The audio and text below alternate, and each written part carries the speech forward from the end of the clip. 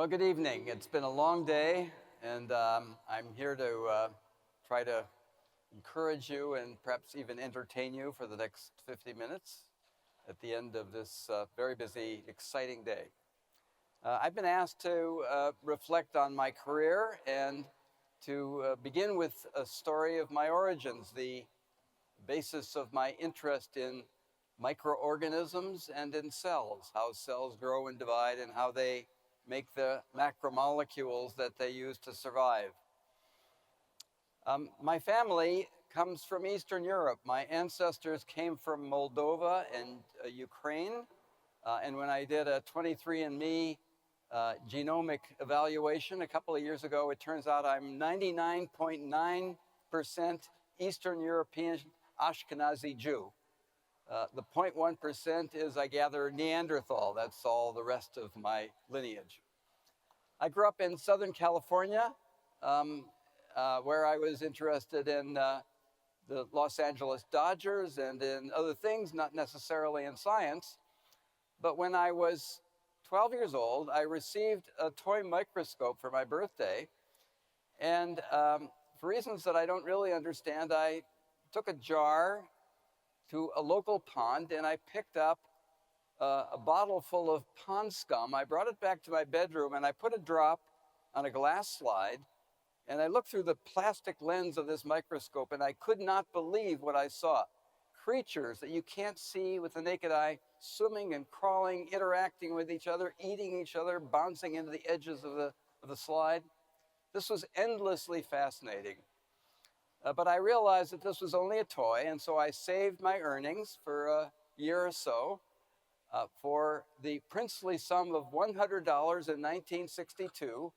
I was able to buy a Bausch & Lomb student professional microscope at a local secondhand store, shown here in my high school years. I used this every year as I engaged in one of the rituals of high school life for me, was to produce a science fair project for display for the benefit of other classmates, teachers, and family members.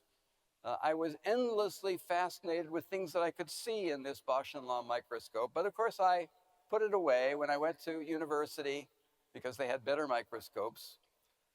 And I then pursued, as I began my career, even in my first year, research in a laboratory, a professor's laboratory, where I explored the mechanisms of chromosome replication, which I took with me to graduate school at Stanford with one of the great biochemists of the 20th century, Arthur Kornberg, from whom I learned valuable lessons about how to solve complicated problems by taking processes apart piece by piece, isolating the relevant molecules, putting them back together, and understanding how they function in cooperation. I took those lessons with me to my independent career at Berkeley, where I began in 1976 to explore the processes that cells use to manufacture and export proteins, hormones, to the cell exterior, where they circulate in the body and they interact with other cells and tissues to affect physiologic function. Let me illustrate the problem by first reminding you that the complexity of the genome, which is illustrated on this slide, where we see chromosome squashes from mitotically captured cells displaying the 23 chromosome pairs in the human diploid genome. Each of these chromosomes can be visualized separately with fluorescent probes. They number in genes about 23,000 altogether, which code for approximately 100,000 different protein molecules, which catalyze all of the functions that cells and organisms rely on to grow and mature. Now, among those 100,000 protein molecules, all of which are made inside of a cell, some substantial fraction, perhaps 20 to 25% of them, have to be exported outside of the cell. They have to escape by a elaborate process that evolved on Earth over a period of 2 billion years from where we now stand. This means that there's some machinery inside the cell to organize and recognize those molecules like insulin that must be somehow encapsulated for delivery outside of the cell. Now, here's an example of the simplest cell in our body. This is an image of red blood cells. There's just one biological membrane that surrounds each red blood cell. The cytoplasm inside the cell is largely the oxygen carrying protein called hemoglobin. I use this example because it illustrates one fundamental feature of the perimeter of the cell, indeed of all the membranes that are found in cells. They all consist of bilayers of lipid molecules that form a leaflet that you can see in this diagram. This is a thin slice through a cell, probably a red blood cell, illustrating this bilayer of membranes. Two leaflets of hydrophobic and hydrophilic molecules called phospholipids that spontaneously form two layers, insulating the cell and protecting and keeping everything inside. Now, if it were only these phospholipids, nothing would get into or across a membrane. So through evolution, beginning now over 3 billion years ago, nature evolved protein molecules embedded into the membrane that serve the specific functions that allow things to get in selectively or to be removed selectively from a cell. They are proteins such as channels through which small molecules may progress, or they are receptor molecules such as the insulin receptor, which binds the ligand on the outside of the cell, transmits information into the cell to change the metabolic processes within a cell. There are thousands of these membrane proteins, and unlike the covalent structures of nucleic acids and protein molecules, membranes are actually fluids. They are two-dimensional fluids in which the lipid molecules are free to diffuse, limited only by the viscosity of the membrane in which they are embedded. They are free to spin about a plane perpendicular to the bilayer, and membrane proteins likewise are free to diffuse in 2 dimensions across this vast sea of phospholipids. Now, it struck me when I was a graduate student and about to embark on my postdoctoral work that this was a fascinating subject for investigation. How could a membrane be assembled even though it is a 2-dimensional fluid, quite in contrast to the mechanisms that must govern the production of covalent molecules like proteins and nucleic acids? Well, one of the great leaders of this field, of an emerging area of cell biology, who I had the pleasure to meet when I was a graduate student and to become quite familiar with over the course of many years, is the great Romanian cell biologist George Palade. Palade was a pioneer in the 1950s and 60s in the discovery of the organelles inside of cells that allow protein molecules like insulin to be captured, to be conveyed from station to station, finally to be exported outside of the cell. What he did with his colleagues, mostly at the Rockefeller University in New York, was to define and perfect techniques that would allow cells to be preserved and sliced into thin ribbons that could be then displayed on a stage in an electron microscope, through which electrons bombarded down a chamber could reveal structures in the cell that would not be destroyed by the forceful flow of electrons. So images, such as many of you have seen, are the result of this pioneering work. One such very dramatic image shown here is of the cell in the pancreas, the beta cell, that organizes the production and secretion of insulin. Insulin is a hormone that we all rely on. It is the basis of a defect either in these cells or in the protein itself in diabetes. We've learned from Palade's work in the 1960s that insulin is made and stored within granules, such as you see here, surrounded themselves by biological membranes, that are distinct from the other membranes in the cell and distinct from those membranes surrounding the cell in the plasma membrane. There are other stations within this cell that I'll illustrate in a few slides that describe where this granule comes from and how it is eventually packaged into these Schekman containers. If we look at a higher magnification, we can see the terminal event in which these granules of insulin, housed within a bilayer, migrate to the perimeter of the cell, where the membranes of the granule and the plasma membrane come into close apposition. And at a key moment, the membranes merge by a process called membrane fusion, which results in the discharge of a crystalline form of insulin to the cell exterior, where the crystal dissolves, insulin courses into the bloodstream, moves around the body, and then it activates the uptake of glucose that you've just produced by digestion. Now this event, this terminal event in the process of membrane fusion, is one of the most important reactions in the body, and it controls all means of communication between cells, particularly in the brain. Here, for instance, is another section through the nerve terminal, in this case, in a frog, that is close to, but not yet touching, a muscle cell. This neuromuscular junction is what controls the transfer of a chemical neurotransmitter housed within these small membranes called synaptic vesicles, which are produced within the nerve terminal.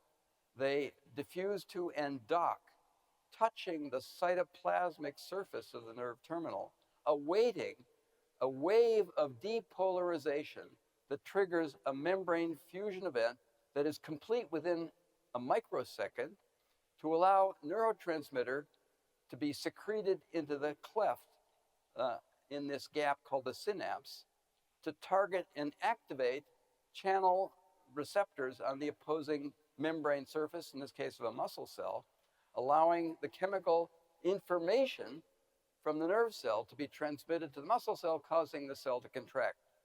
In the brain, this is repeated through connections among 10 billion different nerve cells, which inform all processes of thought and emotion through the transmission of signals across the synapse, one nerve cell to another.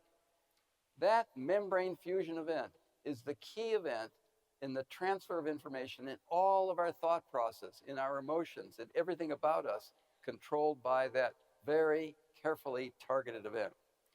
Now, Pilates' work extended well beyond just these simple descriptions, and in his pioneering work, for which he was awarded the Nobel Prize in 1970, he was able to define the stages in the movement of proteins such as insulin made within the cell by ribosomes, these machines that stitch amino acids one next to another, threading insulin and other secretory molecules into the lumen, the interior space, a canal-like network of a membrane called the endoplasmic reticulum.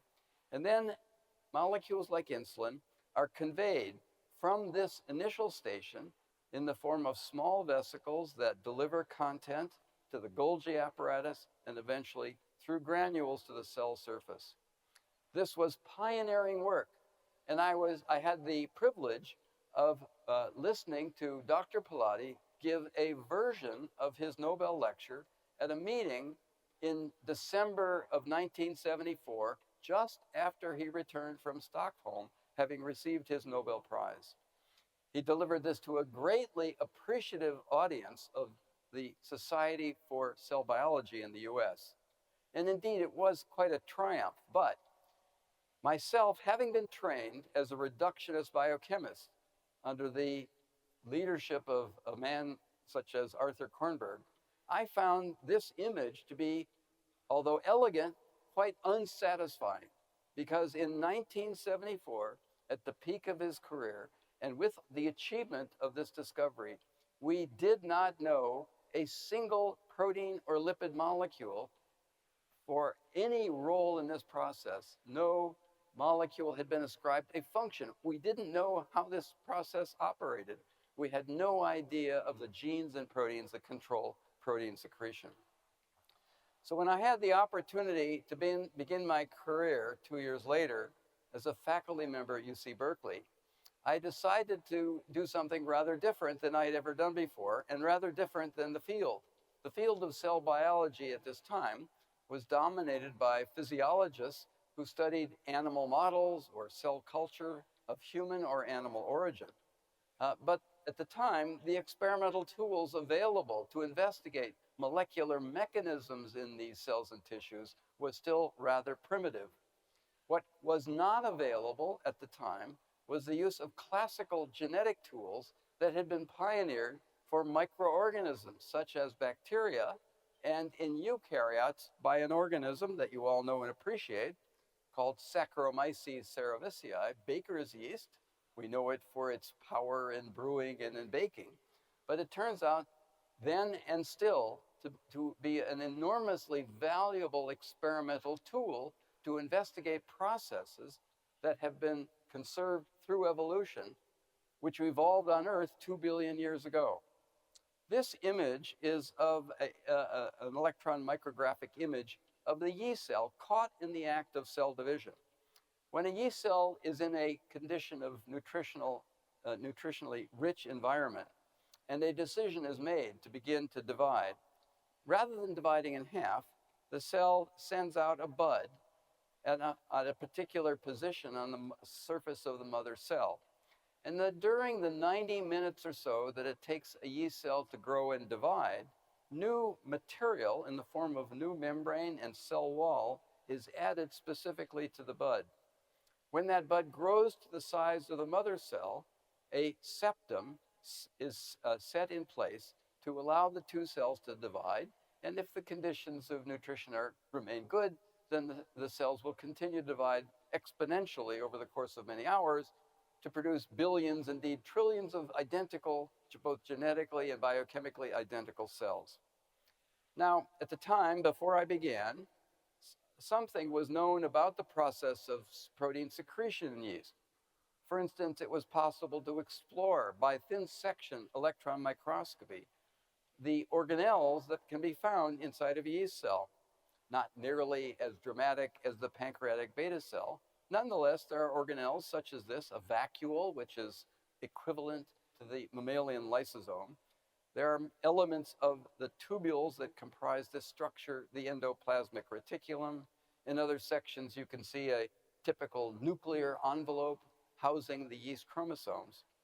But my attention was drawn to the appearance of small membrane vesicles congregating under the bud portion of the dividing cell, the very region of the cell that would grow step by step as the bud approached the size of the mother cell. In another image, it's possible to visualize the very events where these vesicles merge with the plasma membrane by using a special form of electron microscopy that cuts through the bilayer, in this case, of the emerging bud on a cell, this kind of bulge. And you can see these dimples or craters, which reflect the position of a vesicle having just initiated a fusion event where molecules would be secreted into the cell wall or out into the growth medium. Now, when I began my career in Berkeley with this literature, a small literature in hand, I began with the great good fortune of having a brilliant first-year graduate student by the name of Peter Novick, shown here at his bench in my lab in 1978. Peter and I made a very simple prediction, but one with profound consequences. And that prediction was that if these vesicles, when they fuse to the plasma membrane, are not only required for the secretion of proteins that yeast cells need to grow, for instance, on the surface of a grape, but that the membrane of the vesicle itself would be the building block for the enlargement of the plasma membrane. Thus, by a step-by-step quantal fusion event, the membrane would grow and allow the yeast cell eventually to divide. Now, the reason that that's a powerful prediction is that one can believe that if this is true, then the genes that are required for the production of those vesicles, for their movement into the bud, and for their fusion at the cell surface, those genes would be essential for cell viability. That is, if you were to expose yeast cells to a chemical that causes mutations, the cell would die. It would not be able to grow. So these mutations would be, in essential genes, they would be lethal events. Now, microbiologists had already developed simple ways of studying such essential genes. If you mutate, if you cripple a gene so that it doesn't function, the cell dies and you have nothing to work with. But it's known that if you expose a microorganism to a chemical that causes mutations, sometimes randomly a change will occur in the position of an amino acid such that when the protein is expressed in the cell, that changed protein has an altered profile of thermal stability.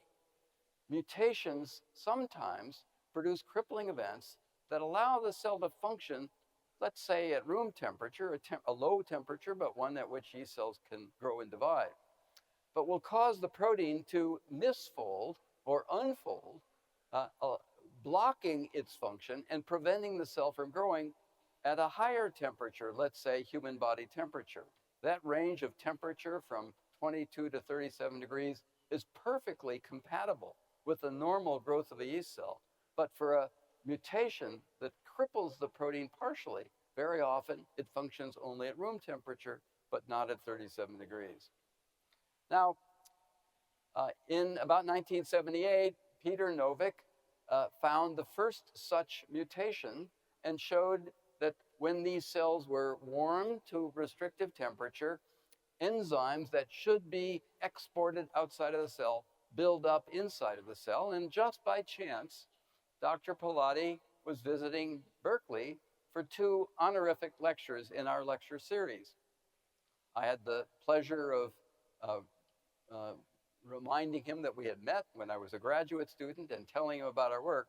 But most importantly, Peter and other graduate students joined Dr. Pallotti for dinner and told him about this mutation that he'd isolated. And Pallotti said, well, now, of course, you must inspect these cells by thin section electron microscopy to see what's going on. And I'll never forget the moment shortly thereafter when Peter called me down to the electron microscope room in the basement of our building to show me this image. Instead of the small number of vesicles that one finds normally in the bud portion of this cell, when these cells are incubated for a couple of hours, shifting from room temperature to 37 degrees, as they are dying in their death throes, they produce massive quantities of these vesicles that in this case can no longer find in the cell where they are supposed to deliver their content. They spill over and fill the entire cytoplasmic volume. When the cells are returned to permissive temperature, to room temperature before they die, these vesicles can resume their path and continue to secrete. Thus, the mutation that we isolated by chance had its effect in a thermally reversible form on the protein molecule. Well, this was quite a revelation. It was one of the more exciting moments in my life. And I remember reflecting that what we would do now is just to continue to isolate hundreds more mutations to allow us to define the entire secretory pathway. And to summarize a great deal of work, and years later, we were able to show that yeast cells, evolved 2 billion years ago on Earth, have essentially the same pathway of protein secretion that Pallotti had demonstrated for the exocrine pancreas, with the added bonus that each step, in our case, was defined by a discrete set of genes, each of which must catalyze a different function to allow membranes to fuse or to move within the cell. We found, for instance, the genes that encode the channel in the ER membrane through which newly synthesized proteins must pass to begin their course to the cell surface. We found that the SEC1 gene it has its equivalent in the human genome. Years later, when the entire human genome was sequenced, we found that all of these genes are there imprinted in the human genome as relics of the past, having been passed down over billions of years from microorganisms evolved on Earth. The connection between a yeast cell and a human, as illustrated by this picture of Charles Darwin, is greater than you would have expected. What goes on inside of a yeast cell to allow it to grow and divide is fundamentally similar to the pancreas of a human, to the brain of a human. The SEC1 gene has a neuronal equivalent that operates to allow synaptic vesicles to dock and fuse at the presynaptic membrane. This coincidence, this concordance, encouraged the biotechnology industry, which was just emerging in the San Francisco Bay Area in the early 1980s, to use yeast as a platform for the manufacture of clinically important proteins in large quantities. I was able to help a local biotech company to do two major tasks. The first was to introduce the then cloned gene for human insulin into yeast, to provision it with the signals that yeast cell would recognize, and to allow human insulin, once synthesized, to passage through the very stations that it would in a pancreatic cell, but in this case in a yeast cell. Now we know, many years later, that this works tremendously well, such that 1/3 of the world's supply of human recombinant insulin is made in giant fermentation vats, providing probably metric tons of it for treatment of diabetics. The same company found that at this time, it became critical to have a new source of vaccine against hepatitis B. And they were able to take the gene from the virus that codes for a membrane protein to express that in yeast. And for those of you who have had a vaccination against hepatitis B, the only vaccine available in the world is in the form of little vesicles made in yeast cells that are expressing the hepatitis B protein. Now, I had never thought for a moment about any practical applications of this work. I was interested entirely and uniquely in how a yeast cell grows and divides. But often, when you make a fundamental discovery of this or other nature, it turns out that there are entrepreneurial people out there who will find a way to exploit it. And it was of great benefit to have a connection between the academic world and the emerging biotech industry to realize the benefit of our discovery. I'd like to turn in the remainder of my talk to what I had really always wanted to do, and to use these mutants as a tool. We knew that there were genes. We could sequence these genes. The sequence occasionally told us something about the function of the protein. But at the time we sequenced these genes, they were pioneers. There were no equivalents yet in any genomic databases. And so we couldn't tell what the protein molecules did functionally. And for that, it was my conviction that we would need to use biochemistry to be able to isolate, to separate, and to mix the various pure proteins together to see how they functioned in a biochemical sense. So let me tell you about the studies that allowed us now, beginning in the mid-1980s, to isolate functional forms of the secretory SEC proteins that we had described genetically. Now, I had another fortunate instance in my lab. I've been blessed by many such experiences. A brilliant young graduate student by the name of David Baker joined my lab in the mid-1980s. Here he is shown at a laboratory banquet celebrating one of his discoveries. David was the first in my lab to devise a way of breaking open yeast cells and to allow in cell-free reactions to measure steps in the transfer of proteins between organelles in this suspension of membranes and cytosolic proteins. A cell-free reconstitution, which in the case of his achievement, recapitulated the first half of the secretory pathway in vitro, and which depended in vitro on the same genes and gene products that we had described in our genetic studies. Some of you may know that David Baker, that this talent and his experience was not just a fluke. He's gone on to his own spectacular career. He has devised algorithms for the design of novel proteins that have never existed in nature. And for that, he shared the Nobel Prize in Chemistry 2 years ago in 2024. Well, in the course of David's work, we were able to purify proteins that take membranes from the endoplasmic reticulum and shape them into transport vesicles that bud from that structure and move them to the next station in the cell. We were able to visualize the vesicles that form in the cell-free reaction with membranes and pure proteins, and found that the vesicles that are formed are all shaped by a set of proteins that sculpt the membrane quite precisely, capturing only those molecules that are designed to be packaged and moved on in the pathway. Others, using our discovery, were able to solve the structures experimentally of the proteins that constitute this budding mechanism, and to show that it consists of two layers. An inner layer of three proteins, sec proteins, that form a complex and touch the cytoplasmic surface of the membrane, recognizing and decoding sorting signals that allow membrane proteins and whatever cargo they have captured on the other side of the membrane, allow them to be tagged for sorting and capture into a scaffold of another set of two sec proteins that form a cube octahedral structure, a polyhedron that surrounds the vesicle, shapes it, and pinches it from the ER, allowing a vesicle transiently to exist with this coat.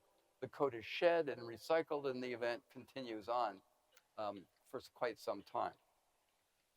Now, after some years of investigating the biochemical mechanisms of this process, we decided to turn our attention to the same process in human cells, because it was clear that the mechanism had been evolutionarily conserved and was likely the basis of some kinds of neurologic and other physiologic genetic deficiencies.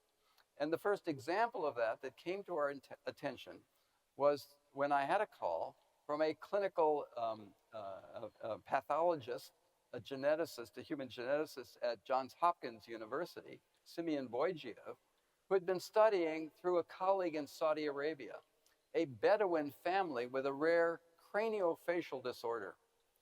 These kids, who are homozygotes, develop cataracts at a very early age. Their skull morphology is altered. They have misshapen faces. The fontanelle on the top of their head never closes. They have very brittle bones, but they survive, in spite of the fact that these kids have a mutation in an absolutely invariant amino acid residue at the interface between the coat proteins that are in the cytoplasm, making contact with the cytoplasmic face of the ER. Here is an illustration of the structure looking from the underside of the membrane to the coat proteins that are about to touch the membrane at the surface that faces the membrane, and a residue, a phenylalanine, is changed to a leucine at a position that is absolutely invariant in all Sec23s in nature. This mutation can be sustained, obviously, by these patients who are sick, but they're still alive. And they are sustained because in humans, unlike in yeast, there are two copies of this gene. There are A copy and a B copy. And the tissues that are most susceptible in these patients are as a result of a mutation in one of the two paralogs, not both of them. Boygiev had access to tissue samples from his clinical friend in Saudi Arabia, and we obtained these cells, and I shared them with a great morphologist, Lelio Orci, with whom we collaborated for many years on this process in mammalian cells. And I'll leave you with a quite remarkable observation that Lelio made in our collaboration. At the top is a thin section through a normal skin cell, a normal human skin cell. You see tubules of endoplasmic reticulum membrane with ribosomes bound on the cytoplasmic surface, making new proteins that are transferred into the lumen. One of the parents of the kids, a carrier with no evident pathology, nonetheless, sections of this parent's skin cells showed some misshapen endoplasmic reticulum, as you see in the middle panel. Nonetheless, this has no effect, no overt, outwardly obvious effect on the parent. But look at one of the kids. The ER membranes in the skin cells from one of the children, a homozygote, having mutations in both copies of this SEC23 paralog. The endoplasmic reticulum is bloated, filled with granular material, which we have shown to be largely a form of collagen that is secreted by skin cells. We showed both morphologically and in a cell-free reaction that these membranes have a tough time capturing cargo molecules into vesicles that bud. They do so, but at a low efficiency. And it's quite remarkable that these kids survive. Anyway, once again, the connection between basic science, and in this case pathology, is displayed by these details. Well, this was great fun, and I would have continued without any interruption. But in the middle of the night, roughly 1:20 in the morning on October 7th in 2013, I had a call from the chairman of the Physiology Medicine Nobel Committee informing me that I had shared that year's Nobel Prize. That changed my life in many ways, some pleasant, some not so pleasant. But out of this came quite a surprise. After all the hoopla and the noise died down, about a month later, every year, new laureates receive an invitation from the Nobel Museum to send in some artifact of their discovery, some piece of equipment from their laboratory that might be shared with others in the Nobel Museum in Stockholm. Well, I didn't really think Petri plates or toothpicks would be of any interest in the museum. But fortunately, my parents saved that old microscope of mine, having mailed it up to me, my home near Berkeley. Regrettably, neither of my children ever showed any interest in science, but that meant that the microscope would sit quietly in a closet collecting dust. So I dusted it off, I mailed it to Stockholm, and if any of you happen to visit the Nobel Museum, you can see my old microscope on display, together with some rather interesting details about how I had to extort the money from my parents in order to buy this microscope. So let me leave you with a final thought. I've given you my own personal adventure, and I've illustrated just a couple of the many wonderful, talented people I've had the pleasure of supervising over now nearly 50 years at the University of California, Berkeley. I really owe it all to my family and to these wonderful men and women who join forces with me to explore the unknown. Thank you for your attention.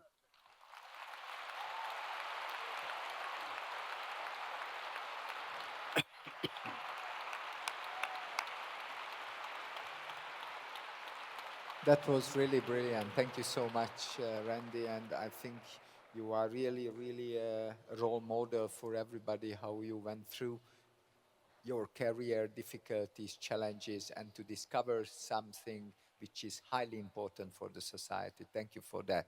Now, I think we still have a question possibility. So if you would like to ask a question from the students, please stand up. And I ask the ladies, and there is somebody I can already see a question. The mic is going through. Please stand up. First of all, I would like to thank you for your very interesting presentation, and I would like to interest that what further research is needed to fully understand the long-term effects of this mutation on the protein. Well, this is one of many examples of mutations that are in these genes that are conserved over 2 billion years. And they turn up in many different situations. Another mutation in the other paralog, I mentioned 2 paralogs of this gene. The other mutation affects the maturation of red blood cells. It affects very specifically the function of that paralog in the erythroid cell lineage to produce red blood cells. So a very different physiologic process invokes the almost twin sister of this gene, SEC23A, in a very different process. So humans are much more complicated than yeast. There are many paralogs of many of our genes, and the pattern of gene expression of the different paralogs will then describe the pathology of a disease affected by a familial form of a disease. Okay, thank you very much, Randy, and we would like to deliver you also the commemorate plaque and the blue mappa as well.